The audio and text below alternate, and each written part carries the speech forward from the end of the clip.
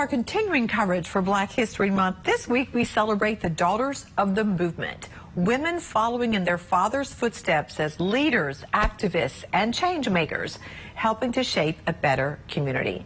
Tonight, we honor Elisabeth Omilami, the daughter of civil rights leader Hosea Williams.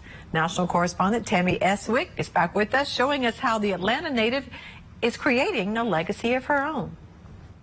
Sometimes, no matter how hard you try, you can't shake your family legacy. Hey, how you doing? Hey. For Elisabeth Williams Omilami, the daughter of civil rights leader Hosea Williams, she tried other careers but ended up right back where she started. My father, Hosea Williams, many people will remember him as being the one that walked with John Lewis across the Edmund Pettus Bridge that led to the Civil Rights Act and the Voting Rights Act. He was Martin Luther King's national field organizer. She had Hollywood dreams and was well on her way until something pulled at her, calling her home. Now, tucked away in an Atlanta neighborhood, Elisabeth Omilami continues her father's mission of caring for others and speaking out for social injustices.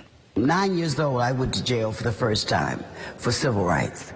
As a child, I went to jail. That was the sort of terrifying, chaotic, traumatic childhood that I had.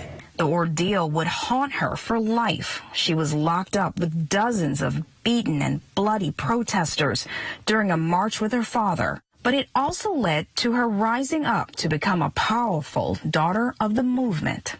He invented the night march, which was a terrifying march.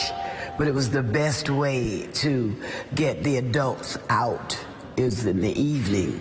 And they would usually get beat, especially in the South. So his job was basically, he and his staff, to be the sacrificial lambs that would go into these towns and face Bull Connor, face the state patrol, face the police.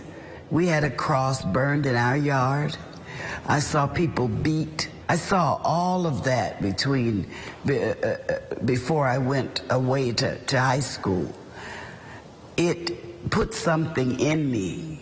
In Atlanta, a mural honors her father, known for wearing blue jean overalls so people knew he was never too important to approach. When you get too big to do the little things, then you're just too little to do the big things.